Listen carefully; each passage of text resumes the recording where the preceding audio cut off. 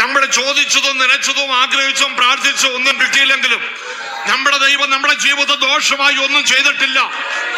അത് ഓർക്കുമ്പോൾ ദൈവത്തിന് നന്ദി കരുതുന്ന ദൈവമക്കൾക്കായി സ്തോത്രം. നമ്മുടെ ദൈവം നമുക്ക് വേണ്ടി തക്ക സമയത്ത് പ്രവർത്തിക്കുന്ന ദൈവമാ. അവൻ ടു ലേറ്റ് അല്ല, അവൻ ടു ഏർലി അല്ല. അവൻ തക്ക സമയത്ത് നമുക്ക് വേണ്ടി ഒരു വീരനെ പോലെ പ്രവർത്തിക്കുമെന്ന് വിശ്വസിക്കുന്ന ദൈവമക്കൾ കാര്യങ്ങളെ ഓർത്ത് ദൈവത്തിന് മഹത്വം കൊടുക്ക്. അബ്രഹാം പറഞ്ഞു, അബ്രഹാമേ നിന്റെ ഭാര്യ ഗർഭം ധരിച്ചൊരു മകനെ പ്രസവിക്കും. അബ്രഹാം പറഞ്ഞു ടു ലേറ്റ്. പറഞ്ഞ ടു ലേറ്റ് പറ. ജനങ്ങളുടെ ഉറക്കെ പറ, to late, too late. Abraham പറയാ ടു ലേറ്റ് ആയി പോയി. ഒരു ദൂതൻ സഖറിയാവിന്റെ ഒരു ദൂത പറഞ്ഞു, നിന്റെ ഭാര്യ ഗർഭം ധരിച്ചൊരു മകനെ പ്രസവിക്കും. സഖറിയാവ് പറയുക ടു ലേറ്റ്. ഉറക്കെ പറഞ്ഞേ ടു ലേറ്റ്.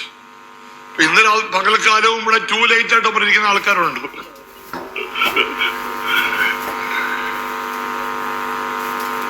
സ്തോത്രം.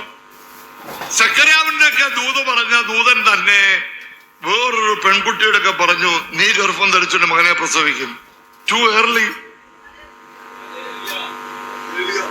To early. നേരത്തെ ആയിപ്പോയി. ഞാൻ വായ അടിച്ചിട്ടില്ല, പുരുഷനെ അറിഞ്ഞിട്ടില്ല. ടു ഏർലി പറയുന്നത് ടു ലേറ്റ്. യേശു ബഥാന്യയിൽ മാർത്തയുടെ മറിയുടെ വീട്ടിൽ വന്നു. ലാസറിനെ കല്ലറയ്ക്ക് വെച്ച് 4 ദിവസമായി. നിന്റെ സഹോദരൻ ഉയർത്തെഴുന്നേൽക്കും. No yo no, too late, too late. Abraham പറയുന്നു ടു ലേറ്റ്. സഖറിയാവ് പറയുന്നു ടു ലേറ്റ്. മാർത്തയും മറിയൊക്കെ പറയുന്നു ടു ലേറ്റ്. പറയുന്നവരൊരു പെൺകുട്ടി പറയുക ടു ഏർലി. 97ാമത് വാർഷിക കൺവെൻഷൻ വന്നിരിക്കുന്ന ആളുകളുടെ ചിന്താഗതി ഞാൻ പറഞ്ഞത് ടു ലേറ്റ്, ടു ഏർലി. നമുക്ക് നായിലെ വിധവെടുക ചോദിക്കാം, മെനഡിക്കാം, he came on the right time. നായിലെ വിധവയ്ക്ക് പറയാൻ കഴിയും, അവൻ ടു ലേറ്റും ആയില്ല, ടു ഏർലിയും ആയില്ല. അവൻ തക്ക സമയത്ത് എനിക്ക് വേണ്ടി എന്റെ മകനെ ഉയർപ്പിക്കാൻ വന്നവനാ. ഇന്ന് രാത്രി പകൽക്കാലം ചിലരുടെ ദൈവത്തിന്റെ ആത്മാവ് ദൂത് പറയുക, നിങ്ങളുടെ ജീവിതത്തിൽ ലേറ്റ് ആവത്തില്ല, നിങ്ങളുടെ ജീവിതത്തിൽ ഏർലി ആവത്തില്ല. അവരൊരു വീരനെ പോലെ നിനക്ക് വേണ്ടി പ്രവർത്തിപ്പാൻ തക്ക സമയത്ത് കടന്നു വരുന്ന ദൈവമാണെന്ന് വിശ്വസിക്കുന്ന ദൈവമക്കൾ കരങ്ങളെ അടിച്ചൊരു നിമിഷം ദൈവത്തിന് മഹത്വം കൊടുക്ക്. എഴുതി തള്ളിയ വിഷയങ്ങളുടെ മേൽ ദൈവ അത്ഭുതം പ്രവർത്തിക്കുമെന്ന് വിശ്വസിക്കുന്ന ദൈവമക്കൾ കാര്യങ്ങളെ ഉയർത്തി ദൈവത്തിന് മഹത്വം കൊടുക്ക്. ഇന്ന് രാത്രി പകൽക്കാലത്ത് ഞാൻ എപ്പോഴും രാത്രി തുറമാനമായിട്ട് രാത്രിയും പകലും ഇങ്ങനെ നടക്കാണ്ട് എപ്പോഴും രാത്രി ഏതാ പകലെന്ന് അറിയാൻ വയ്യാത്ത പരുവത്തിലായി. I am sorry for that. ഇന്ന് പകലത്തെ നമുക്ക് ചിന്തിക്കാതെ ഒരു വേദഭാഗം വായിക്കാൻ മോനെ ആരാ വായിച്ച് സഹായിക്കുന്നത്? 1 തെസ്സലോനിയർ 4-ാം അധ്യായം അതിന്റെ 16-17 വാക്യങ്ങൾ പ്ലീസ്. 1 തെസ്സലോനിയർ 4-ാം അധ്യായം അതിന്റെ 16-17 വാക്യങ്ങൾ.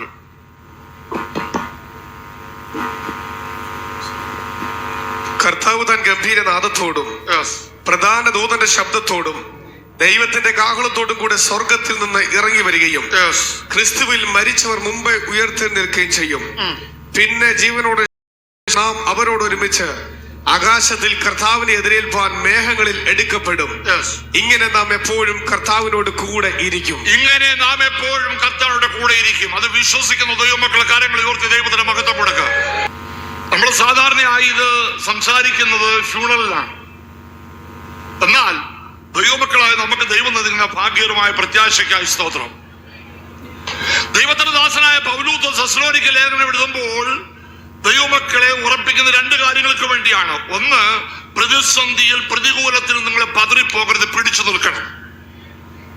2, മരിച്ച ആളുകൾക്ക് എന്തു സംഭവിക്കുമെന്ന് ദൈവത്തിന്റെ ദാസനായ പൗലോസ് ലേഖനം എഴുതുകയാണ്. നമുക്കിതിപ്പോ പറയുമ്പോൾ മനസ്സിലാവത്തില്ല. കാരണം നമുക്ക് പ്രസംഗിക്കാൻ 100 കണക്കിന് 1000 കണക്കിന് പാസ്റ്റേഴ്സ് ഉണ്ട്, പുസ്തകങ്ങളുണ്ട്, ലേഖനമുണ്ട്, ബൈബിളുണ്ട്, എല്ലാം ഉണ്ട്, നമുക്കറിയാം. പക്ഷേ ആ കാലഘട്ടത്തിൽ ദൈവത്തെ സേവിച്ചായ ദൈവമക്കൾ വിശ്വസിച്ചത് അവരുടെ കാലയളവിൽ നമ്മുടെ കർത്താവ് മടങ്ങി വരുമെന്ന. അങ്ങനെ ഇരുന്നപ്പോൾ അവിടെ മധ്യത്തിൽ ചില പ്രിയപ്പെട്ടവർ മരിച്ചു വിടവാങ്ങിയപ്പോൾ അവരെങ്ങോട്ട് പോയി എന്തു സംഭവിച്ചെന്ന് ആർക്കും അറിയാൻ വയ്യ. നമുക്കിപ്പോ അത് പറഞ്ഞാൽ ചിന്തിക്കാൻ മനസ്സില്ല. കാരണം നമുക്ക് ലേഖനം ഇടയിലുണ്ട്. എന്ത് സംഭവിച്ചുള്ള കാര്യം നമുക്ക് എന്നും രാവും പകലും പ്രസംഗം കേട്ടുകൊണ്ടിരിക്കുക, വായിച്ചുകൊണ്ടിരിക്കുക. പക്ഷെ ഇതൊന്നും ഇല്ലാത്തൊരു കാലയളവിൽ മരിച്ചവർക്ക് എന്തു സംഭവിക്കുമെന്നും ജീവിച്ചിരിക്കുന്നത് എന്ത് സംഭവിക്കുന്നു? ദൈവത്തിന്റെ ദാസനായ പൗലോസ് തെസ്സലോനിക്കയിലുള്ള വിശ്വാസികൾക്ക് ലേഖനം എഴുതുന്നത് പറയുകയാണ്, കർത്താവ് താൻ ഗംഭീരനാദത്തോടും പ്രധാന ദൂതന്റെ ശബ്ദത്തോടും ദൈവത്തിന്റെ കാഹളത്തോടും കൂടെ സ്വർഗത്തിൽ നിറങ്ങി വരുമ്പോൾ ക്രിസ്തുവിൽ മരിച്ചവർ മുമ്പ് ഉയർത്തെഴുന്നേൽക്കും. പിന്നെ ജീവനോടെ രൂപാന്തരപ്പെട്ട് അവരോട് കൂടെ ഒരുമിച്ച് മേഘങ്ങളിൽ എടുക്കപ്പെടും. ഇങ്ങനെ നാം എപ്പോഴും കർത്താവിന്റെ കൂടെ ഇരിക്കും. ഇന്ന് പകൽക്കാലത്തെ ചിന്താവിഷയം, ആര് അവന്റെ വരവുകൾ എടുക്കപ്പെടും? അതാണ് എന്റെ ചിന്താവിഷയം. ആര് അവന്റെ വരവെങ്കിൽ എടുക്കപ്പെടും? അപ്പൊ നിങ്ങളിപ്പം വിചാരിക്കും എടുക്കപ്പെടും എന്ന് പറഞ്ഞാൽ രക്ഷിക്കപ്പെട്ടവണ്ണം എടുക്കപ്പെടും. ഞാൻ പറയും എടുക്കപ്പെടത്തില്ലെന്ന്. സ്നാനപ്പെട്ട എടുക്കപ്പെടുമെന്ന് നിർബന്ധമുണ്ടോ? പരിശുദ്ധാത്മാവിഷം പ്രാപിച്ചാലും എടുക്കപ്പെടണമെന്നില്ല. അനേക വർഷങ്ങളായി ദൈവത്തെ സേവിച്ചാലും എടുക്കപ്പെടണമെന്നില്ല. ദുരുപദേശമല്ല പറയുന്നത്. രക്ഷിക്കപ്പെട്ടെന്ന് വിചാരിച്ചോ, സ്നാനപ്പെട്ടെന്ന് വിചാരിച്ചോ, അഭിഷേകം പ്രാപിച്ചെന്ന് വിചാരിച്ചോ, കൃപയിൽ ഒരു കാലത്ത് നിന്നെന്ന് വിചാരിച്ചോ എടുക്കപ്പെടത്തില്ല. ക്രിസ്തീയ ജീവിതത്തിൽ നിരന്തരം ദൈവത്തെ സേവിച്ച് ദൈവത്തെ പിൻപറ്റുന്നവർ മാത്രമേ കർത്താവിന്റെ വരവെങ്കിൽ എടുക്കപ്പെടത്തുള്ളൂ എന്ന് വിശ്വസിക്കുന്ന ദൈവമക്കൾ ദൈവത്തിന് മഹത്വം കൊടുക്കുക. അങ്ങനെ ഉണ്ടെങ്കിൽ പൗലോസിനോടുകൂടെ ഒരുമിച്ച് യാത്ര ചെയ്ത ശുശ്രൂഷയിലൊക്കെ പ്രവർത്തിച്ച ആളുകളെ, അലക്സാണ്ടർ, ദേമാസ്, ഇവരൊക്കെ ദൈവത്തിന് വേണ്ടി നിലകൊണ്ട വരവുകൾ എടുക്കപ്പെടത്തില്ല. അതുകൊണ്ട് ദൈവത്തിന്റെ ദാസനായ പൗലോസ് ഈ ലേഖനങ്ങളിൽ, ഈ അധ്യായങ്ങളിൽ രേഖപ്പെടുത്തിയിട്ടുണ്ട് ആരവന്റെ വരവുകൾ എടുക്കപ്പെടും. ഒന്ന് വായിച്ച് സഹായിക്കണേ പോലെ പറയുന്നുണ്ട്, പെട്ടെന്ന് സഹായിക്കണം. 1-ാം അധ്യായം 9-ാം വാക്യം, 1:9. സകലെ താങ്ങി തൂങ്ങി വായിക്കില്ല, പെട്ടെന്ന് വായിക്കും. ഞങ്ങൾക്ക് നിങ്ങളുടെ അടുക്കൽ എങ്ങനെയുള്ള പ്രവേശനം സാധിച്ചു എന്നും ജീവനുള്ള സത്യദൈവത്തെ സേവിപ്പാനും അവൻ മരിച്ചുകൊണ്ട് ഇടയിൽ നിന്ന് ഉയർപ്പിച്ച വേണ്ട, ലോങ് വാക്യം വേണ്ട. അതുകൊണ്ട് ഈ അധ്യായങ്ങളോട് നമ്മൾ പോകാൻ പോവുകയാണ്. ആരവന്റെ വരവുകൾ എടുക്കപ്പെടും? ഒന്ന്, ജീവനുള്ള സത്യദൈവത്തെ സേവിക്കുന്നവർ. ഒരു സ്തോത്രം നിങ്ങൾ പറഞ്ഞില്ല. രക്ഷിക്കപ്പെട്ട് സ്നാനപ്പെട്ട് ദൈവമേ നൽകി, അത് ശരിയാ. പക്ഷേ ജീവനുള്ള സത്യദൈവത്തെ ദിനംതോറും സേവിക്കുന്ന ദൈവമക്കൾക്കായി ഞാൻ ദൈവത്തെ സ്തുതിക്കുന്നു. നമ്മൾ സേവിക്കുന്ന ദൈവം ജീവനുള്ള ദൈവമാണ്, അത് സത്യദൈവമാണ്. ഇത്രയും ആവേശമുള്ളൂ. ജീവനുള്ള ദൈവമാണ്, സത്യദൈവമാണെന്ന് പറയുമ്പോൾ നമുക്ക് ആവേശം കൊള്ളണം.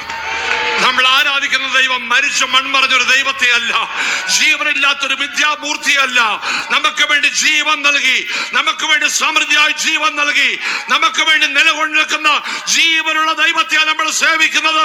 വിശ്വസിക്കുന്ന ദൈവമക്കൾ കാര്യങ്ങളെ ഉയർത്തി ദൈവത്തിന് മഹത്വം കൊടുക്കുക. ഈ ലോകത്തിലെ ദൈവത്തെ കുറിച്ചൊന്നും എനിക്ക് പറയേണ്ട ആവശ്യമില്ല, അതെന്റെ വിഷയമല്ല.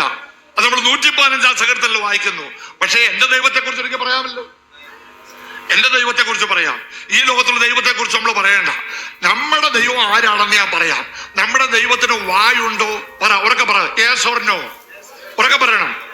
ഇന്ന് പകലും നമ്മുടെ ദൈവം നമ്മളോട് സംസാരിച്ചുകൊണ്ടിരിക്കുക. ആദമേ ആദമേ എന്ന് വിളിച്ച ദൈവം, അബ്രഹാമേ അബ്രഹാം എന്ന് വിളിച്ച ദൈവം, മോശയെ മോശ എന്ന് വിളിച്ച ദൈവം, കാലാകാലങ്ങളായി അഭിഷക്ത ദൈവദാസന്മാരെ, ദൈവമക്കളെ വിളിച്ചു വേർതിരിച്ച ദൈവം. എവിടെങ്കിലും ഇരിക്കുന്ന ദൈവത്തെ നമ്മൾ സേവിക്കുന്നത്. ഇന്ന് നമ്മുടെ ജീവിതത്തിൽ ദൈവിക ശബ്ദം കേട്ട, ദൈവിക അരുളപ്പാട് ഏറ്റുവാങ്ങിയ ദൈവമക്കൾ ദൈവത്തിന് മഹത്വം കൊടുക്കുക. വായ കൊണ്ട് സംസാരിക്കുന്ന ദൈവം. നമ്മുടെ ദൈവത്തിന് കണ്ണുണ്ടോ? പറ. Yes or no? Yes or no? തങ്ങൾ ഏകാഗ്രചിത്തരായവർക്ക് തന്നെത്താൻ ബലവാനെന്ന് കാണിക്കേണ്ടതിന് യഹോവയുടെ കണ്ണ് ഭൂമിയിലൊക്കെ ഊടാടി സഞ്ചരിക്കുന്നു. എക്സ്റേക്കൊത്ത കണ്ണുകൾ ഇന്ന് പകൽക്കാലം നിന്നെ കണ്ടുകൊണ്ടിരിക്കുക. നിന്റെ പ്രയാസങ്ങൾ, നിന്റെ പ്രതിസന്ധികൾ, നിന്റെ രോഗങ്ങൾ, നിന്റെ ദുഃഖങ്ങൾ ഉള്ളതുപോലെ അറിയുന്ന സ്ഥിതി അറിയുന്ന ഒരു ദൈവത്തെ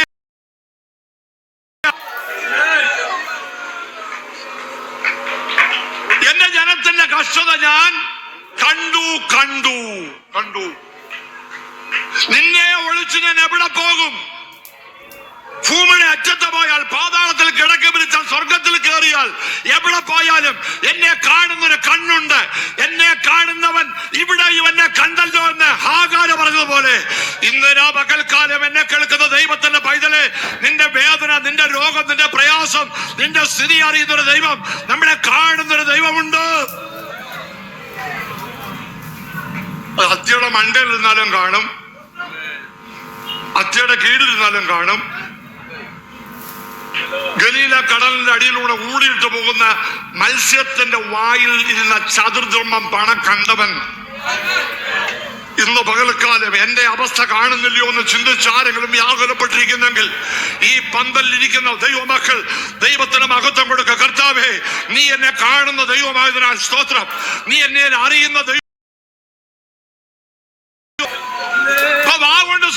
വിശീലിക്കുന്നില്ല, വാ കൊണ്ട് സംസാരിക്കുന്ന ദൈവം, കണ്ണുകൊണ്ട് കാണുന്ന ദൈവം, ചെവി കൊണ്ട് കേൾക്കുമോ? പറ yes or no. നമ്മുടെ പ്രാർത്ഥന കേട്ടൊരു ദൈവം നമുക്ക് വേണ്ടി ഉയരങ്ങളിലുണ്ട്. 40 സംഘത്തിൽ 1-ാം വാക്യം. ഞാൻ യഹോവയ്ക്കായി അവനെങ്കിലേക്ക് അവനെ നിലവിളി കഴിഞ്ഞ കാലം. ഒരു കാര്യം ഓർക്കണം, നിങ്ങളുടെ നിലവിളി കേട്ട് കഴിഞ്ഞ നാളുകളിൽ നിങ്ങളെ വിടിവെച്ചെന്ന് ഉറപ്പുള്ള ദൈവമക്കൾ നമ്മുടെ പ്രാർത്ഥനയ്ക്കൊക്കെ മറുപടി നൽകുന്ന ദൈവം. അതുകൊണ്ടാ ഇന്ന് പകൽക്കാലം വിശുദ്ധന്മാരുടെ പന്തിയിൽ അഭിമാനത്തോടെ നിലവിളി കേട്ടൊരു ദൈവം, എന്റെ ജനത്തിന്റെ നിലവിളി കേൾക്കുന്നൊരു ദൈവം, കാതുകൾ മന്ദമായിട്ടില്ല. ഇന്ന് പകൽക്കാലവും നമ്മുടെ നിലവിളി, നമ്മുടെ പ്രാർത്ഥനയ്ക്ക് മറുപടി നൽകുന്നൊരു ദൈവം നമുക്ക് വേണ്ടി സ്വർഗത്തിലുണ്ടെന്ന് ഓർക്കുമ്പോൾ നന്ദി കരേറ്റാൻ വകയുണ്ട്. ഹാഗാർ മരുഭൂമിയിൽ നിലവിളിച്ചാലും എവിടെ കിടന്ന് നിലവിളിച്ചാലും കേൾക്കുന്നൊരു ദൈവം, വഴിത്തലയ്ക്ക് നിന്ന വ്യക്തിമായിയുടെ നിലവിളി കേട്ട ദൈവം,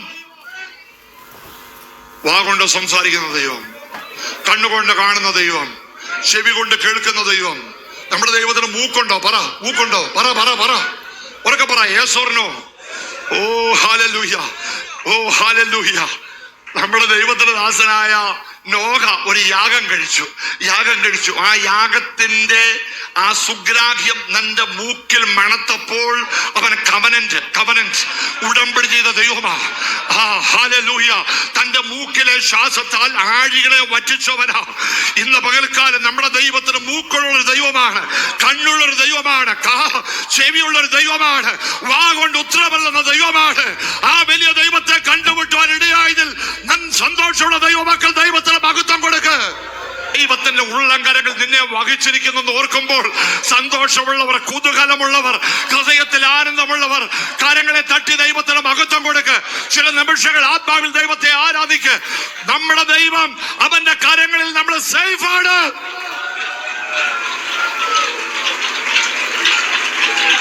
യഹോവയുടെ വലം കൈ ഉയർന്നിരിക്കുന്നു. യഹോവയുടെ കൈ വീര്യം പ്രവർത്തിക്കുന്ന കൈ. Praise the Lord. എന്റെ മേൽ വന്നു, ക്ഷീണിച്ചവർക്ക് ശക്തി നൽകുന്ന, നിങ്ങളെ ബലപ്പെടുത്തുന്ന ഒരു കരം നമുക്ക് വേണ്ടി സ്വർഗത്തിലുണ്ട്. നമ്മുടെ ദൈവത്തിന് കാലുണ്ടോ? ഓ, വേലാറിയ സമയത്ത് യഹോവ നടക്കുന്ന കാലൊച്ച ആര് കേട്ടു? പറ ആര് കേട്ടു? ആദം ഹവ്വമാര് കേട്ടു. ഓ, വേലാറിയ സമയത്ത് കാലൊച്ച യഹോവ തോട്ടത്തിൽ നടക്കുന്ന കാലൊച്ച നമ്മുടെ ദൈവം കേട്ടു. ഇന്ന് പകൽക്കാലം നിങ്ങളുടെ ഹൃദയ കണ്ണുകൾ കൊണ്ട് നിങ്ങളുടെ ഹൃദയദൃഷ്ടി പ്രകാശിച്ചാൽ നമ്മുടെ മധ്യത്തിൽ നേരത്തെ പറഞ്ഞതുപോലെ റെവലേഷൻ ചാപ്റ്റർ 1 കാല ഊലയിൽ ചുട്ടുപഴിപ്പിച്ച വെള്ളോടിന് സദൃശമായ വലങ്കൈ 7 പൊൻ നക്ഷത്രങ്ങളുള്ള യഹോവ നിൽക്കുന്നത് കണ്ടെങ്കിൽ ഇന്ന് പകൽക്കാലം കാലൊച്ച കേൾക്കുന്ന ദൈവമക്കൾക്കായി ഞാൻ ദൈവത്തെ സ്തുതിക്കുന്നു. ഞാൻ ഈ പറഞ്ഞതൊക്കെ എന്തുവാ? നമ്മുടെ ദൈവം ജീവനുള്ള ദൈവമാണെന്ന് പറഞ്ഞതാ ഇതുവരെ. ആ ദൈവത്തെ സേവിക്കുന്നതിന് ഉന്മേഷം വേണം. എങ്ങനെ സേവിക്കണം? ചത്തേ ചതച്ചതും വേണ്ട ഉറങ്ങി തൂങ്ങിയിരിക്കാനല്ല. മനസ്സിലായോ? ദൈവത്തെ സേവിക്കുന്നത് എങ്ങനെയാന്ന് ഞാൻ വായിപ്പിക്കുന്നില്ല, സമയമില്ലാത്തതുകൊണ്ട്. ആവർത്തന പുസ്തകം 28-ാം അധ്യായത്തിലുണ്ട് 47-48 വാക്യങ്ങൾ. ദൈവം നിങ്ങൾക്ക് എന്ന ഭൗതിക നന്മ കൊണ്ട്, നിങ്ങൾക്ക് സമൃദ്ധിയായ അനുഗ്രഹം കൊണ്ട്, നിങ്ങൾ ഉന്മേഷത്തോടും ഹൃദയത്തിലെ സന്തോഷത്തോടും കൂടെ ദൈവത്തെ ആരാധിക്കുന്നില്ല, സേവിക്കുന്നില്ലെങ്കിൽ വരുന്നതായ ദോഷങ്ങളെ കുറിച്ച് ഞാൻ വിവരിക്കുന്നില്ല, വായിപ്പിക്കുന്നില്ല. ദൈവമക്കൾ ദൈവത്തെ സേവിക്കുന്നത് ഉന്മേഷത്തോടെ വേണം, ഹൃദയത്തിലെ സന്തോഷത്തോടെ വേണം.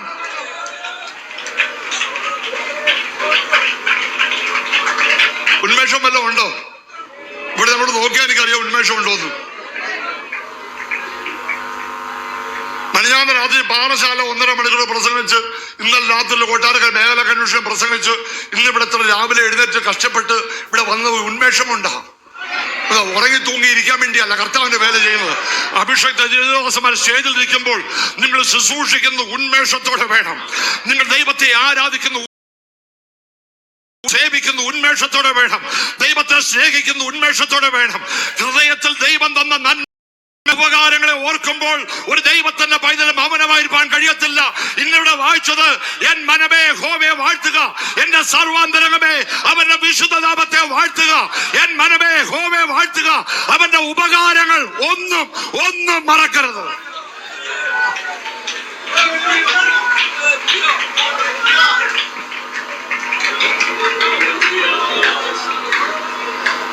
ശരീരത്തിന് രോഗമൊക്കെ ഉണ്ട്, ക്ഷീണമുണ്ട്, തളർച്ചയുണ്ട്, കടഭാരമുണ്ട്, പ്രയാസം പ്രതിസന്ധിയൊക്കെ ഉണ്ട്.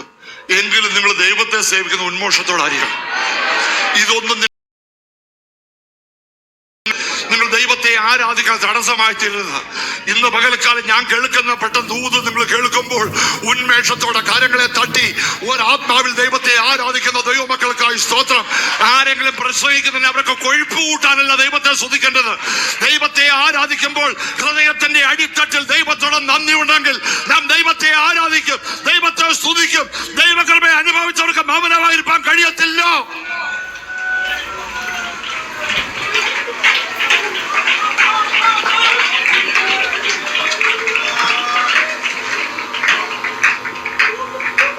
ആരെങ്കിലും പറഞ്ഞ് നിർബന്ധിച്ചിട്ടില്ല നിങ്ങൾ ദൈവത്തെ സേവിക്കേണ്ടത്, നിങ്ങൾ ദൈവത്തെ ആരാധിക്കേണ്ടത്, കൈയടിക്കേണ്ടത്. ഞാൻ എപ്പോഴും പറയുന്ന പോലെ സഹോദരന്മാരെ പുട്ടുണ്ടാക്കും. പുട്ട് ഇവിടെ വാളത്തൊക്കെ പുട്ടുണ്ടോ? ഉണ്ട്. പുട്ട് ഒരു തവിക്കണ എടുത്ത്, ഇപ്പം വേറെ കമ്പൊക്കെ പണ്ട് തവിക്കണയായിരുന്നു. നിങ്ങളിപ്പോ വിചാരിക്കും അമേരിക്ക ഭാഷയൊക്കെ തമിക്കണ അറിയാം, എല്ലാം അറിഞ്ഞിട്ടാണ് അങ്ങോട്ട് പോയെ. ഞാൻ ഒരു ഉപദേശിയുടെ പോലെ പെയ്ത്തോബി ജനിച്ചോളാം ഉപദേശിക്കുക. ഇതിന്റെ കുത്തിയ പുട്ടുവിളി വരും, വളരെ പ്രഷറോടുകൂടി. ചിലപ്പോ അത് പൊടിഞ്ഞു പോവോ. പൊടിയാതെ എടുക്കാൻ വേണ്ടി വളരെ കഷ്ടപ്പെട്ടാ ഞെക്കുന്നത്. ഞെക്കി എടുത്ത് വെളിയിൽ കൊണ്ടുവരും. അതേ സമയത്ത് ഒന്നും ഞെക്കൊന്നും വേണ്ട. ഈ പുട്ട് ഈ തീരടി വെച്ചാൽ അതിനകത്തുനിന്ന് വേറെ സാധനം പുറത്തു വരും, അത് ആവിയാ. അതിന് തെള്ളും വേണ്ട, പ്രഷറും വേണ്ട. തീ അടിച്ചു കഴിഞ്ഞാൽ ആവി പുറത്തു വരും. എങ്ങനെയാ ദൈവത്തെ ആരാധിക്കേണ്ടത് ഇപ്പൊ മനസ്സിലായല്ലോ. പുട്ട് തൊള്ളുന്ന പോലെ തള്ളിയൊന്നുമല്ല ദൈവത്തെ ആരാധിപ്പിക്കേണ്ടത്. നിങ്ങൾക്ക് ഒന്നുകൂടെ ആരാധിക്കാമോ, ഒന്നുകൂടെ സ്തുതിക്കാമോ, ഒന്നുകൂടെ കൈയടിക്കാമോ? അങ്ങനൊന്നും പറഞ്ഞൊന്നും വരാനും വലിയ പ്രയോജനമില്ല. ഞാനത് പ്രോത്സാഹിപ്പിക്കുന്ന ആളാ. പക്ഷേ ഒരു ദൈവത്തിന്റെ ദൈവത്തെ പാസ്റ്റർമാരുൾപ്പെടെ ദൈവത്തെ ആരാധിക്കേണ്ടത് പ്രോത്സാഹിപ്പിച്ചിട്ടല്ല, നിർബന്ധിച്ചിട്ടല്ല. ഹൃദയം നിറഞ്ഞ് കവിയുന്നല്ലോ വായി പ്രസ്താവിക്കുന്നത്. ഹൃദയത്തിന്റെ അടിത്തട്ടിൽ ദൈവത്തോടെ നന്ദി ഉണ്ടെങ്കിൽ ഹൃദയ പരമാർത്ഥിയോടെ ഉന്മേഷത്തോടെ ഹൃദയ സന്തോഷത്തോടെ ദൈവത്തെ സേവിക്കണം.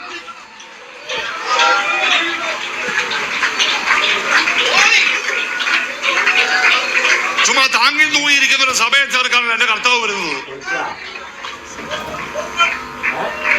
ഉറങ്ങിയും തൂങ്ങിയും അലസായിട്ടിരിക്കുന്നതായ ഒരു മണവാട്ടിയെ ഏതൊരു പെണ്ണെ ആരിലും കെട്ടുവോ? എനിക്കറിയാം. നടക്കാനും വയ്യ, എടുക്കാനും വയ്യ, കണ്ണു കാണാനും വയ്യ, ചെവി വെക്കാനും വയ്യ, വാതുണക്കാനും വയ്യ, ശ്രുതിക്കാനും വയ്യ, കൈയടിക്കാനും വയ്യ. ഇന്നലെ തളർന്ന് ഹാൻഡിക്യാപ്ഡായിട്ടിരിക്കുന്ന ഒരു മണവാട്ടിയെ കിട്ടുന്ന ആരിലും ഉണ്ടെങ്കിൽ യോഗം കഴിയുമ്പോൾ എന്നെ ഒന്ന് കാണണം. പറഞ്ഞാൽ ദൂതുവല്ലോ പിടി കിട്ടിയോ? നമ്മൾ സേവിക്കുന്ന ദൈവം 10,000 സുന്ദരനാണ്. തന്റെ തങ്കിലെ ചോരയാൽ നിന്നെ വീണ്ടെടുത്തെങ്കിൽ ഒരു കിളുന്ന രക്തമല്ല, കുഞ്ഞിന്റെ രക്തമല്ല, ഒരു വയസ്സുള്ള വല്യപ്പന്റെ രക്തമല്ല, 33 തിരുവയസ്സിലെ രക്തം നമുക്ക് വേണ്ടി ചിന്തി നമ്മളെ വീണ്ടെടുത്തെങ്കിൽ ആ രക്തമാണ് നമ്മുടെ സിരകളിലൂടെ ഓടുന്നത്. അത് വിശ്വസിക്കുന്ന ദൈവമക്കൾ ഒരു നിമിഷം കരങ്ങളെ തട്ടി ആത്മാവിൽ ദൈവത്തെ ആരാധിക്ക്. അന്യഭാഷകളോടെ ജീവനുള്ള സത്യദൈവത്തെ സേവിക്കണം.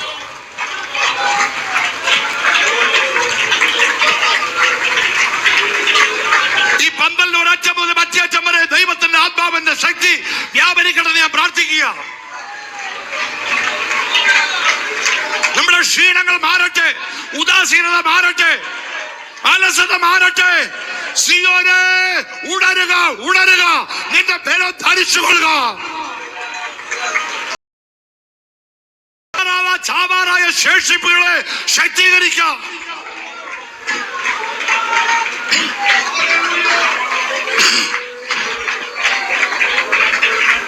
യഹോവയെ കാത്തിരിക്കുന്ന ഒരു ശക്തിയെ പുതുക്കും. അവർ കഴുകന്മാരെ പോലെ ചിറകടിച്ചുയരും. അവർ ക്ഷീണിച്ചു പോകാതെ നടക്കും. അവർ തളർന്നു പോകാതെ പറക്കും. ഇന്ന് പകൽക്കാലം ആത്മീയമായി ക്ഷീണിച്ചവരല്ല, ദൈവത്തെ സേവി രക്ഷിക്കപ്പെട്ടതാ ശരി, അഭിഷേകം പ്രാപിച്ചാൽ ശരി, ഒരു കാലത്ത് അന്യഭാഷകൾ ദൈവത്തെ ആരാധിച്ചാൽ ശരി, നിങ്ങൾ സ്നാനപ്പെട്ടതാ ശരി. പക്ഷെ ഇന്ന് പകൽക്കാലം ആ സത്യദൈവത്തെ, ആ ജീവനുള്ള ദൈവത്തെ നിങ്ങൾ എങ്ങനെ സേവിക്കുന്നു? അത് വളരെ ഇമ്പോർട്ടന്റാ. ഇങ്ങനെ നാം എപ്പോഴും കർത്താവിന്റെ കൂടെ ഇരിക്കും. ഭയങ്കര സന്തോഷമാണ്, ആവേശമാണ്. എനിക്കും പോകണം. ഈസി ഒന്നും അല്ല കുഞ്ഞുങ്ങളെ, ഈസി ഒന്നും അല്ല. നീ വളരെ ഈസിയാ രക്ഷിക്കപ്പെട്ട ആ സ്ഥലത്ത് അങ്ങനെ നീ ചാമണം. അവിടെ ക്രൂശിലെ കള്ളൻ അഭിഷേകം പ്രാപിച്ചില്ല, അന്യഭാഷ സംസാരിച്ചില്ല, സ്നാനപ്പെട്ടില്ല. പക്ഷെ പുള്ളി സ്വർഗത്തിൽ പോയി. രക്ഷിക്കപ്പെടുന്ന ആ നിമിഷം അന്നേരെ മരിക്കണം, എങ്കിൽ പോകും. പക്ഷെ ജീവിക്കാൻ ഇച്ചിരി പ്രയാസമാണ്. എന്തോ മനസ്സിലായി? സത്യദൈവത്തെ, ജീവനുള്ള ദൈവത്തെ ദിനംതോറും ദൈവത്തെ സേവിക്കുന്ന ദൈവമക്കൾക്കായി ഞാൻ ദൈവത്തെ സ്തുതിക്കുന്നു. 3-4 കാര്യങ്ങളെ പറയണം, അതുകൊണ്ട് ഞാൻ പെട്ടെന്ന് പോവുക, വിശദീകരിക്കുന്നില്ല. അപ്പോൾ ഒന്നാമത്തെ ചിന്ത, സത്യദൈവത്തെ, ജീവനുള്ള ദൈവത്തെ സേവിക്കുന്നവർ. ഉറക്കെ പറ, സത്യദൈവത്തെ, ജീവനുള്ള ദൈവത്തെ ദിനംതോറും സേവിക്കണം. രണ്ടാമത്തെ ചിന്ത ഭാഷ്യമന 2-ാം അധ്യായം 11-ാം വാക്യം കൂട്ടിക്കെട്ടിയല്ലോ. തന്റെ രാജ്യത്തിനും മഹത്വത്തിനും നിങ്ങളെ വിളിക്കുന്ന ദൈവത്തിന് യോഗ്യമായി നടപ്പാൻ തക്കവണ്ണം. മതി, എല്ലാവരും വായിക്കണം. നീ രണ്ടാമത്തെ ചിന്ത, വിളിക്ക് യോഗ്യമായി നടക്കണം.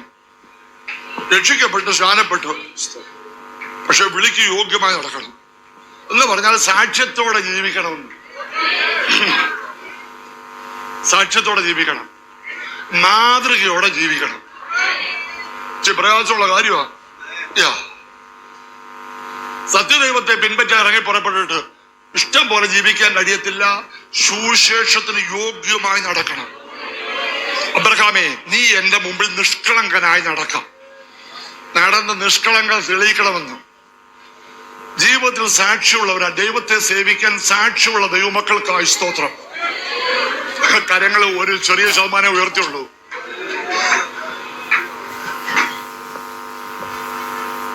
നിങ്ങളുടെ ദേശത്ത് നിങ്ങൾ സാക്ഷ്യം, നല്ല സാക്ഷ്യം പ്രാപിക്കണം. ഇതുവഴി കൂടെ കൂടെ പോകുന്ന ഒരു പുരുഷൻ, അവൻ ആരാ? പറ, ദൈവപുരുഷൻ. വെറും പുരുഷനെന്നല്ല പറഞ്ഞേ, അതാണെങ്കിൽ കുഴപ്പം. പുരുഷൻ പോകുന്നു, അത് പറയാൻ എല്ലാവരും പറയും പുരുഷൻ പോകുന്നു, അതുകൊണ്ട് പുരുഷൻ പോകുന്നു. അതല്ല, എന്തുകൊണ്ട് ദൈവപുരുഷൻ. സ്തോത്രം. ശൗലിന്റെ ബാല്യക്കാരൻ പറയാന്ന്, ഈ ദേശത്ത്, നമ്മുടെ ഈ ഗ്രാമത്തിൽ ഇവിടെ ഒരു മനുഷ്യനുണ്ട്, അവൻ മാന്യനാകുന്നു. ആരാ? മാന്യൻ. നിങ്ങളെ കുറിച്ച് എന്താ പറയും? എനിക്കറിയാൻ വയ്യ. ഞാനൊരു സെൻട്രൽ ചുമതല വഹിക്കുന്ന ആളാ. നിങ്ങളെ കണ്ടാ വലിയ സെൻട്രൽ പാർട്ടിയാണെന്ന് തോന്നത്തില്ലെങ്കിലും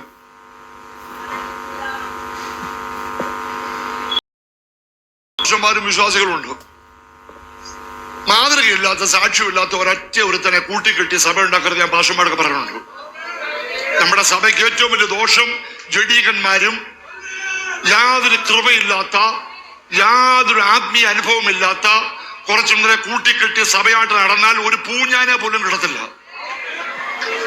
സഭകളിൽ ആത്മീയർ എഴുതേക്കട്ടെ, സഭകളിൽ ആത്മീയരെ കൊണ്ട് നിറയട്ടെ, ദൈവകൃപയിൽ നിൽക്കുന്നവരെ കൊണ്ട് നിറയട്ടെ, സാക്ഷ്യത്തോടെ നിൽക്കുന്നവർ എഴുന്നേൽക്കട്ടെ, സുവിശേഷത്തിന് യോഗ്യമായി നടക്കുന്നവർ എഴുന്നേൽക്കട്ടെ. അവരെ ഇവരെ നോക്കി കുറ്റം പറഞ്ഞ് ജീവിക്കണ്ട, വിശ്വാസത്തോടെ ദൈവത്തെ സേവിക്കണം. നമ്മളിപ്പം പറയുന്നല്ല സാഹചര്യം, അയ്യോ അവിടെ അങ്ങനെ പോകുന്നു, ഈ സഭ ഇങ്ങനെ പോകുന്നു, ലീഡർഷിപ്പ് അങ്ങനെ പോകുന്നു, മറ്റത് അങ്ങനെ പോകുന്നു. ഞാൻ ചോദിക്കും, നിനക്കെന്ത് വർഷം? നിനക്ക് നിന്റെ കാര്യം നോക്കിയാ പോരെ?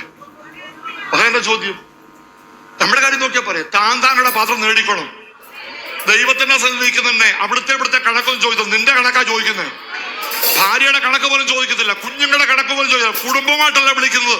അമേരിക്കയിൽ ഇമിഗ്രേഷൻ ഞങ്ങൾ പോകുന്ന സമയത്ത് ഞങ്ങൾ കുടുംബമായിട്ടാ, ഭാര്യയും ഭർത്താവും 4 കുഞ്ഞുങ്ങളുണ്ടെങ്കിൽ 6 പേർക്ക് ഇമിഗ്രേഷനിൽ പോയി. സ്വർഗത്തിൽ ചിലതന്നെ ഇമിഗ്രേഷനിൽ പോകുന്ന പോലൊന്നുമല്ല. കാര്യം തീർക്കുന്ന കലങ്ങൾ ബലപ്പെട്ടിരിക്കണം. അന്നേരം അവിടെ ഇവിടെ കുറ്റം പറഞ്ഞ് അതും ഇതും കേട്ട് അങ്ങനെ പോയി ഇങ്ങനെ പോയെന്ന് പറഞ്ഞാൽ വിലപ്പോത്തില്ല. താങ്കളുടെ പാത്രം നേടിക്കണം. അവരോരുടെ കിരീടം, നിന്റെ കിരീടം ആരും എടുക്കാതെ വണ്ണം നീ സൂക്ഷിക്കണം. ഇന്ന് പകൽക്കാലം അത് അനുഭവിക്കുന്ന ദൈവമക്കൾ, വിശ്വസിക്കുന്ന ദൈവമക്കൾ കരങ്ങളെ അടിച്ച് ദൈവത്തിന്റെ മഹത്വം കൊടുക്ക്. ദൈവത്തിന്റെ സാക്ഷിയുള്ളവരായി, മാതൃകയുള്ളവരായി ജീവിപ്പാൻ ഒരു പുതിയ കൃപ.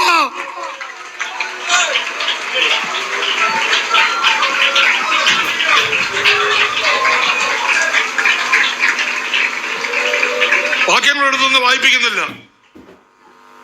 രക്ഷിക്കപ്പെട്ട കൃപ വന്നിട്ട് 10 സിഗരറ്റ് വലിക്കുമായിരുന്നു, ഇപ്പൊ 1 ആക്കി. അതൊന്നുമല്ല. പണ്ട് 4 സിനിമ കാണുമായിരുന്നു, ഇപ്പൊ ഇല്ല, ആഴ്ച 1 കാണത്തുള്ളൂ. കൈവക്കണ്ട, സ്വതന്ത്രം ചോദിച്ചിരുന്നാ മതി. എന്റെ പിതാവ് നിങ്ങൾ കേട്ടിട്ടുണ്ടായിരിക്കും, പക്ഷെ സീക്കേടാണ്. ഇവിടെ വന്ന് ധാരാളം പ്രസംഗിച്ചിട്ടുണ്ട്. അദ്ദേഹത്തിന് സഭയിൽ എനിക്ക് ശുശ്രൂഷിക്കുന്ന സമയത്ത് നടന്ന സംഭവമാണ്. സഭയിൽ 2-3 പേര് പറഞ്ഞാ അപ്പച്ചാ നമ്മുടെ സഭയിൽ ഇന്നാല് മുറിബീടി വലിക്കുന്ന ആളെ, മുറിബീടി. അപ്പൊ അപ്പച്ചൻ പറഞ്ഞു, നിങ്ങൾ കണ്ടിട്ടുണ്ടോ? അപ്പൊ ഞാൻ കണ്ടിട്ടില്ലല്ലോ. അങ്ങനെ കഴിഞ്ഞ ഒരു ദിവസം അപ്പച്ചൻ ഇടവഴി കൂടെ നടന്ന സംഭവം, ഇടവഴി കൂടെ അങ്ങോട്ട് പോകുന്നെ അവരിങ്ങോട്ട് വരുന്നു. ഒരു തീവണ്ടി വിളിച്ചോണ്ടിരിക്കുക.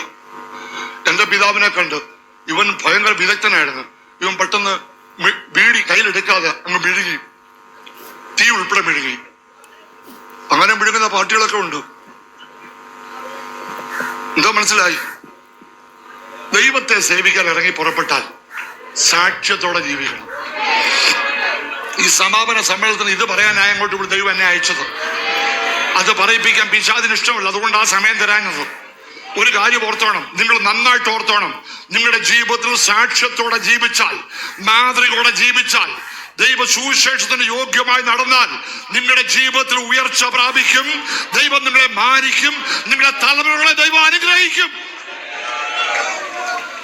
നിങ്ങളങ്ങനെ സാക്ഷ്യത്തോടെ ജീവിച്ചാൽ നിങ്ങളുടെ തലമുറയും ദൈവത്തെ സേവിക്കുന്ന പറഞ്ഞതിന്റെ അർത്ഥം. പലരുടെയും ദൈവത്തെ സേവിക്കുന്ന റീസൺ എന്താ? മാതൃകയില്ല. അപ്പനും അമ്മയും മാതൃകയില്ല. പിന്നെ എങ്ങനെ ദൈവത്തെ സേവിക്കുന്ന പിൻതലമുറ?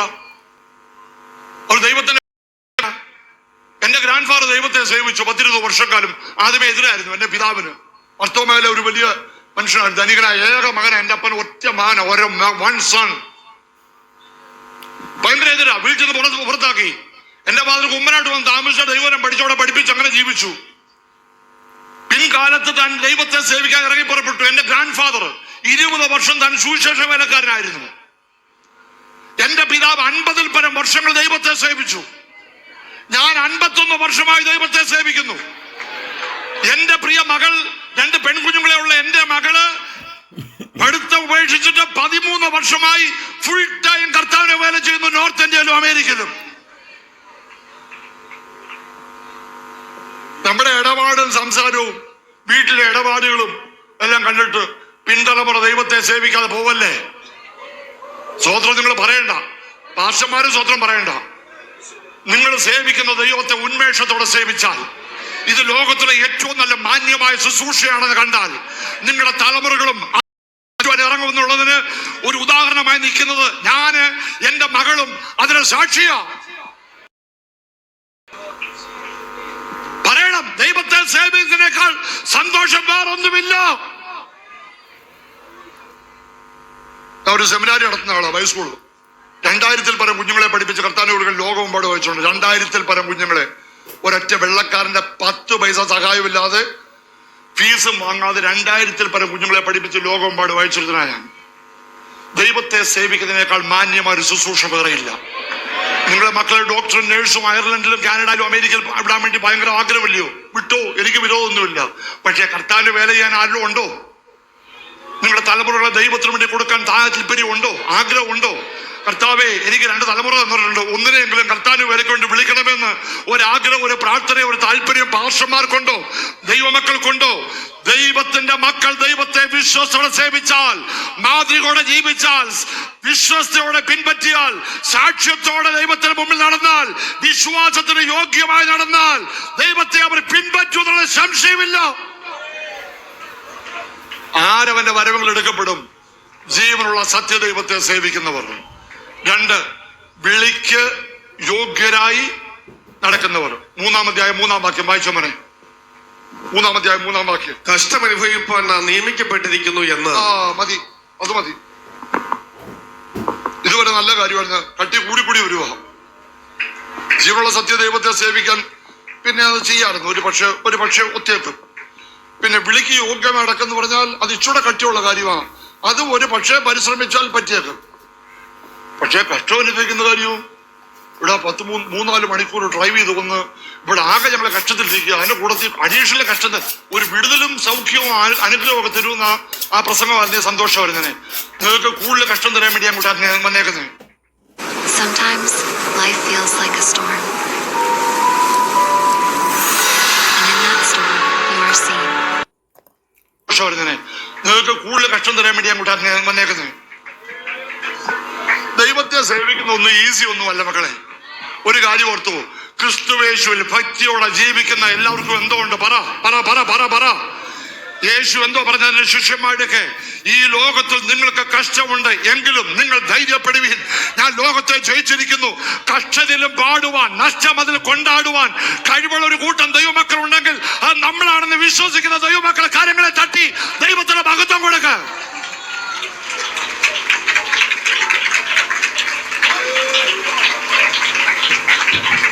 ഞാൻ ചോദിക്കട്ടെ, നിങ്ങൾ ഏറ്റവും കൂടുതൽ ദൈവ സാന്നിധ്യം അനുഭവിച്ചത് നിങ്ങളുടെ സമൃദ്ധിയിലാണോ നിങ്ങളുടെ കഷ്ടത്തിലാണോ? പറ ഭാഷമാര് പറ. നമ്മുടെ പ്രതിസന്ധിയിലോ? സ്തോത്രം. യോബ് പറയുക, ഞാൻ നിന്നെ കുറിച്ച് ഇതുവരെ ഒരു സുഹൃതി മാത്രമേ ഇപ്പോൾ എന്റെ സ്വന്തം കണ്ണാല് കണ്ടു. കൂടുതൽ ദൈവ സാന്നിധ്യം അനുഭവിച്ചപ്പോഴാ? കഷ്ടത്തോടെ പോയപ്പോഴാ? 4-ാമനെ ഇറങ്ങി വന്നപ്പോഴാ? പറ. തീക്കാത്ത് നമുക്ക് തീക്കാത്ത് ഇറങ്ങാതെ 4-ാമനെ കാണണം. ദാറ്റ്സ് വെരി ഈസി അല്ലേ? അല്ല, തീച്ചൂളയിലാ 4-ാമൻ വരുന്നത്. സിംഹക്കുഴിയിലാ ദൈവിക സാന്നിധ്യം. ഏറ്റവും നല്ല പാട്ടുകൾ പുറത്തു വന്നത് കക്ഷതയുടെ തീച്ചൂളയിലാണ്. ഏറ്റവും നല്ല മെസ്സേജസ് പുറത്തു വന്നത് നമ്മുടെ കക്ഷയുടെ മധ്യത്തിലാണ്. സമൃദ്ധിയിൽ എയർ കണ്ടീഷൻ ഇരുന്നപ്പോഴല്ല, തീച്ചൂളയുടെ നമ്മുടെ പിതാക്കന്മാർ മടന്നു പോയപ്പോഴാ അവർ ദൈവത്തെ സേവിച്ചത്, അവർ ദൈവത്തിന് വേണ്ടി പ്രവർത്തിച്ചത്. മനോഹരമായ ഗാനങ്ങൾ പുറത്തു വന്നത്, ലോകമാം ഗംഭീര വാരുതിയിൽ പാട്ടൊക്കെ പുറത്തു വന്നത് അത്ര വലിയ കഠിന ശോധനയിലാണ്. ക്രിസ്ത്യാനിയായിട്ട് കഷ്ടം സഹിക്കേണ്ടി വന്നാൽ നിങ്ങൾ പറ രചിക്കരുത്. കഷ്ടത്തിലായത് എനിക്ക് ഗുണമായി. പറയാൻ ഈസിയാ പറയാന്. കഷ്ടം അനുഭവിക്കാൻ വേണ്ടി ദൈവം നമ്മളെ വിളിച്ചത്. ഈ ലോകത്തിൽ നിങ്ങൾക്ക് ഉണ്ട്, ഇല്ലെന്നല്ല പറഞ്ഞത്. നമ്മളിപ്പുറത്തെ ഒരു പുതിയ സിദ്ധാന്തമാ, ഒരു ടീച്ചിങ്ങാ. ദൈവത്തെ സേവിക്കാൻ ഇറങ്ങിയ പിന്നെ യാതൊരു കഷ്ടതയില്ല. Everything will be all right. സമൃദ്ധി ആയിരിക്കും. വീട്, കൂടെ, കാറ്, സൗഖ്യം എല്ലാം തരും. നല്ല ഗംഭീരമായിട്ട് നടന്നു. എനിക്കെന്തോ വിരോധമല്ലോ ഉണ്ടോ? എനിക്കെന്തോ അസൂയ ഉണ്ടോ? പക്ഷെ എന്റെ ബൈബിൾ പഠിപ്പിക്കുന്ന അങ്ങനല്ല. യേശു തന്നെ ശിഷ്യന്മാരൊക്കെ പറഞ്ഞു, ഒരുവൻ എന്നെ അനുഗമിപ്പാൻ ഇച്ഛിച്ചാൽ അവൻ തന്നെത്താൻ ത്യജിച്ച് നാൾ തോറും എന്റെ ക്രൂശ് എടുത്ത് എന്നെ അനുഗമിക്കണം. അപ്പോൾ എല്ലാ ദൈവമക്കൾക്കും എന്താ വെച്ചിട്ടുണ്ട്? ഒരു ക്രൂശ് വെച്ചിട്ടുണ്ട്.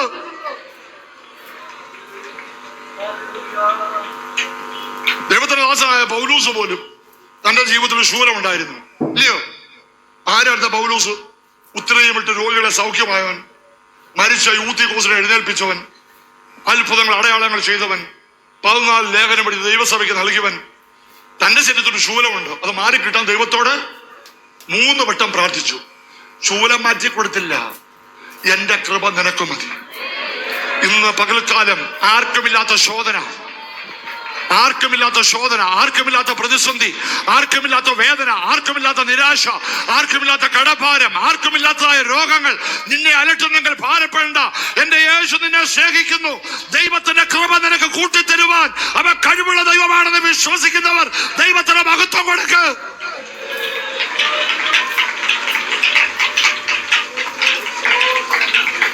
മോശയെ കുറിച്ച് എന്തോ നമ്മൾ പഠിക്കുന്നത്? മോശയെ കുറിച്ച് ഫറവോന്റെ പുത്രൻ എന്ന് വിളിക്കപ്പെടുവാൻ തനിക്ക് സകല യോഗ്യതകളും ചാൻസും കൊണ്ട് അടുത്ത ഫറവോ ആയേനെ. പക്ഷെ താൻ എന്തോ ചെയ്തു? എന്തോ ചെയ്തു? ദൈവജനത്തോടെ കഷ്ടം അനുഭവിക്കുന്ന താൻ നമ്മളത് തിരഞ്ഞെടുക്കുമായിരുന്നു. ഞാൻ എടുക്കത്തില്ല. അടുത്ത ഫറവോട്ട് മിസ്രൈമിൽ നിൽക്കാൻ കഴിവുള്ളപ്പം ദൈവജനത്തോടെ കഷ്ടം അനുഭവിക്കുന്ന ആര് തിരഞ്ഞെടുക്കും? പക്ഷെ മോശ തിരഞ്ഞെടുത്തു. കഷ്ടയുടെ മാർഗമാണ്. കഷ്ടതയുടെ മാർഗമാണ്, പ്രയാസം പ്രതിസന്ധിയൊക്കെ ഉണ്ട്. എങ്കിലും പ്രത്യാശയുടെ വാക്കോടെ ഞാൻ ചേർത്ത് പറയാം, ഇത് തീരാറായി, തീരാറായി, തീരാറായി. കഷ്ടത തീരാറായി, നമ്മുടെ പ്രയാസങ്ങൾ തീരാറായി, നമ്മുടെ കണ്ണുനീര് മാറാറായി, നമ്മുടെ പ്രയാസങ്ങൾ മാറാറായി. വിശ്വസിക്കുന്ന പ്രത്യാശയുള്ള ദൈവമക്കൾ കരങ്ങളെ അടിച്ച് ഒരു നിമിഷം ദൈവത്തെ മഹത്വപ്പെടുത്തിയ സമാപന സമ്മേളനത്തിൽ കഷ്ടത ഉണ്ടെങ്കിലും അതിന്റെ മധ്യത്തിൽ ദൈവോത്സവത്തോടെ ഞങ്ങളെ വഴിവെക്കുന്ന ദൈവത്തിന്റെ വിശ്വസത ഓർത്ത് നന്ദിയുള്ളവർ കരങ്ങളെ അടിച്ച് ഒരു നിമിഷം ആത്മാവിൽ ദൈവത്തെ ആരാധിക്കുക.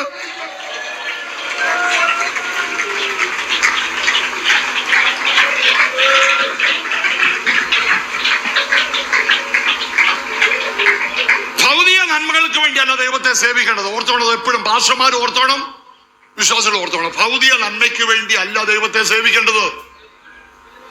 ഈ പ്രസംഗം ആർക്കും സാധനം ഇഷ്ടപ്പെടത്തില്ല. അങ്ങനെ അതിന്റെ സമൃദ്ധിയും അനുഗ്രഹവും വിടുതലും സന്തോഷവും സൗഖ്യമൊക്കെ എല്ലാവർക്കും ഇഷ്ടം. പക്ഷെ ബിബ്ലിക്കലി അതല്ല സത്യം. ഒരുത്തൻ ദൈവത്തെ സേവിക്കാൻ ഇറങ്ങി പുറപ്പെട്ട ഇതെല്ലാം അതിനകത്തുണ്ട്.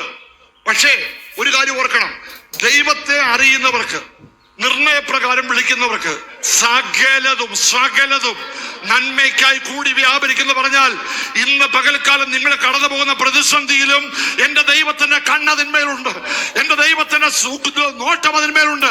അത് വിശ്വസിക്കുന്ന ദൈവമക്കൾക്കായി സ്തോത്രം.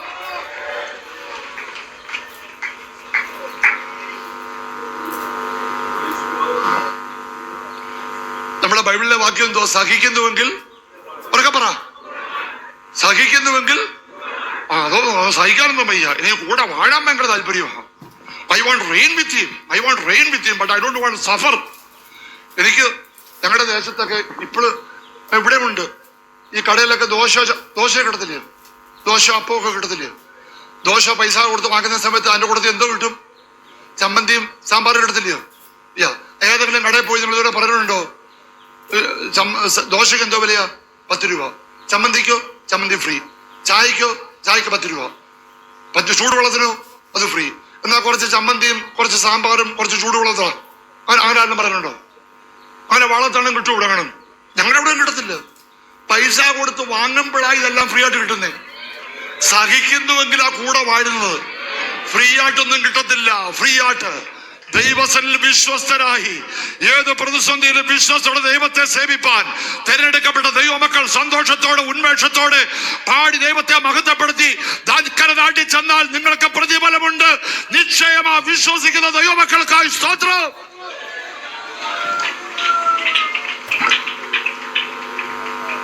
അന്ന സമയം കഴിഞ്ഞാൽ 3-ാം അധ്യായം 8-ാം വാക്യം ഒരു വാക്കിലൂടെ വായിച്ചോട്ട് നിർത്തിയേക്കാം. നിങ്ങൾ കർത്താവിൽ നിലനിൽക്കുന്നു എന്നറിഞ്ഞ്. മതി മതി മോനെ മതി. നിങ്ങൾ കർത്താവിൽ, ഇങ്ങനെ നമ്മൾ എപ്പോഴും കർത്താവിനോട് കൂടെ ഇരിക്കും. ആരായിരിക്കും? സത്യദൈവത്തെ വിശ്വസ്തയോടെ സേവിക്കുന്നവർ. വിളിക്ക് 3-ാമത്തെ കാര്യം കഷ്ടം അനുഭവിക്കുന്നവർ.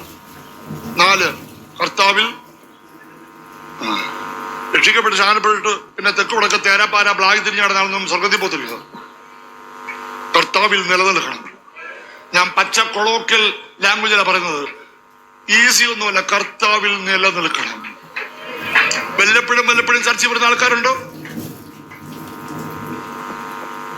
ആരും മിണ്ടുന്നില്ല. സ്വർഗത്തിൽ മൗനത.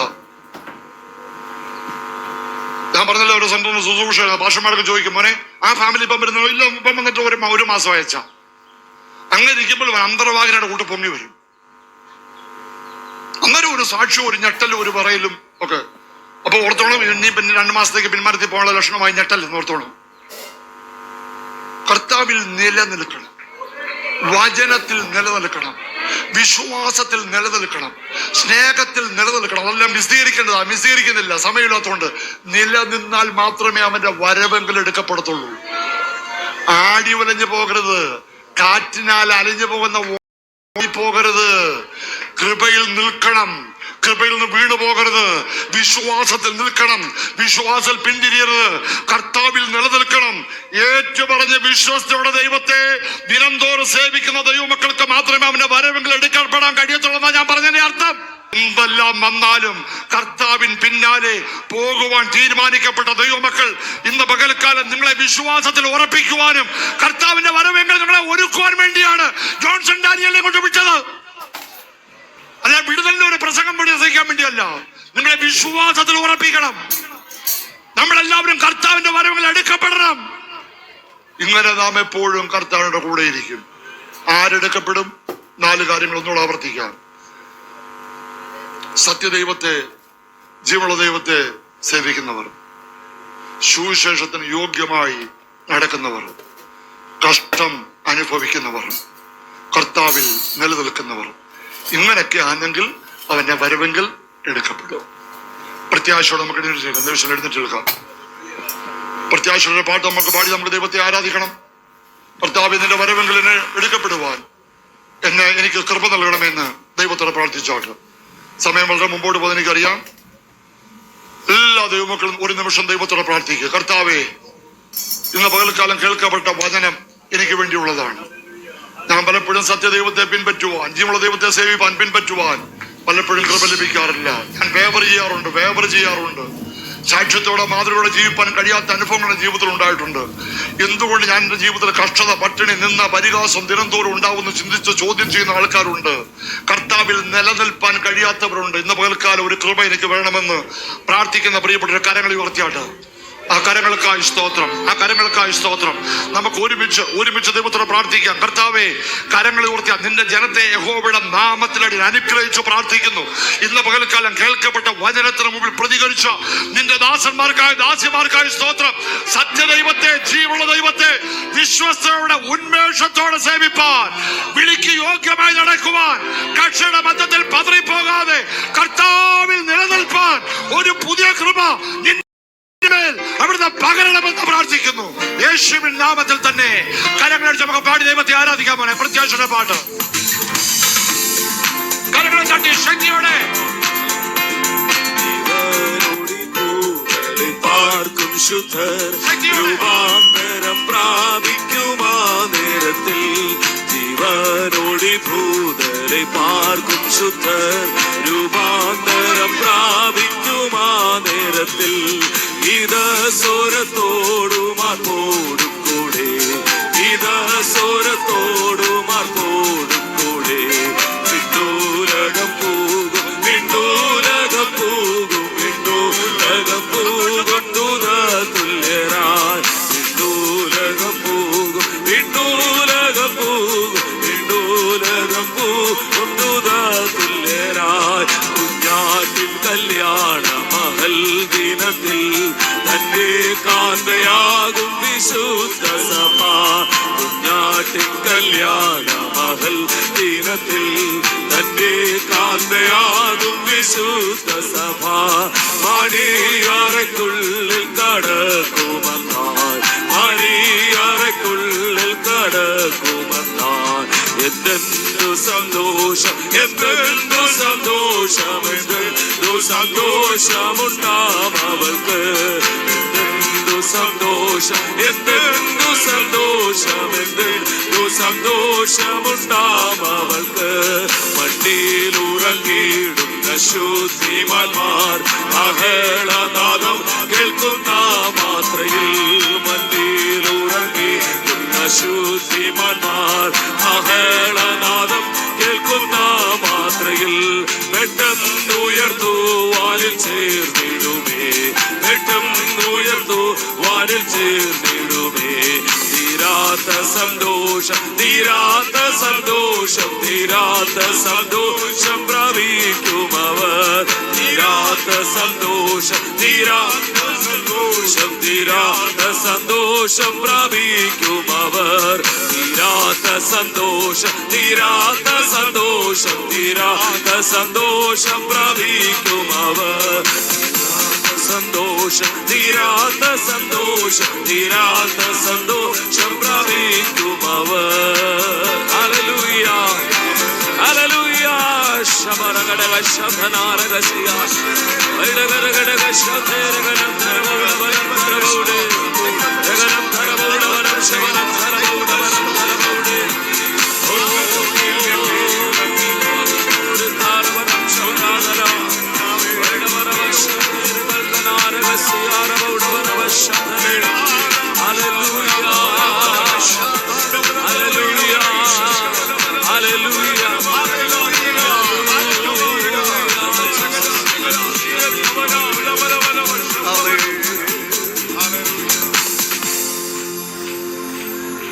കരമുയർത്തി കർത്താവിന് നന്ദിയോടെ ഒരിക്കൽ സ്തോത്രം ചെയ്യാം.